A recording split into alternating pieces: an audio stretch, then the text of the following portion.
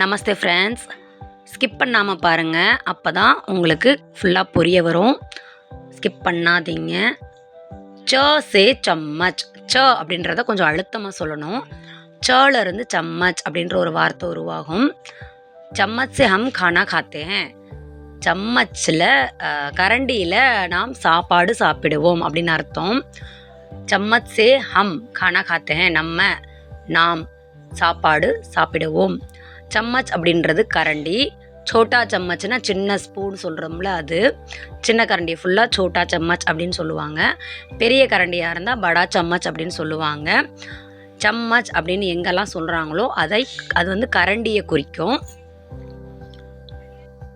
இது வந்து ச சே சத்ரி. சத்ரி அப்படின்னா கொடை. छतरी बारिश में उपयोग होता है. छतरी बारिश में काम आता है. ரெண்டுமே சொல்லலாம். கொடை வந்து மழையில் உபயோகமாகும். மழை பெய்யும் போது கொடையை நாம் உபயோகப்படுத்துகிறோம். இது எல்லாத்துக்குமே அந்த அர்த்தம் வரும். छतरी बारिश में उपयोग होता है. ஃபஸ்ட்டு வந்து ச அப்படின்னு அழுத்தமாக படித்தோம். அதுக்கப்புறம் சத்ரிகா அப்படி படித்தோம். இது வந்து இது வந்து ரொம்ப லைட்டாக சொல்லணும். சே ஜஹாஜ். ஜஹாஜ் கா அப்படின்றது. ஜஹாஜ் சலே சாகர் கே ஜல்மே அப்படின்னா கப்பல் வந்து கடலின், சாகர்னாலும் கடல் அப்படின்றது தெரியும்னு நினைக்கிறேன். கப்பல் வந்து கடலின் தண்ணீரில், ஜல் அப்படிங்கிறதும் தண்ணீரில் போகும் அப்படின்னு அர்த்தம். இது வந்து பாடத்தில் தான் அப்படி சாகர், ஜல் அப்படின்லாம் சொல்லுவாங்க. நடைமுறையில் சொல்கிற வார்த்தைகள் வந்து ஜஹாஜ் சலே சமுந்தர் கே பானி மே அப்படின்னு அர்த்தம். சமுந்தர் அப்படின்னாலும் கடல் தான். ஜல்க்கு பதிலாக பானி அப்படின்னா தண்ணி.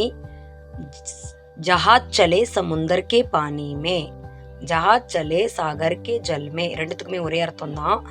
கப்பல் வந்து கடலின் தண்ணீர் மேலே போகும், தண்ணீரில் போகும், அந்த மாதிரி அர்த்தம். ஜஹாஜ்னா கப்பல். சே ஜஹாஜ். ஜலேருந்து ஜஹாஜ் அப்படின்னு சொல்லணும். இந்த ஜாவல் ரொம்ப லைட்டாக சொல்லணும்.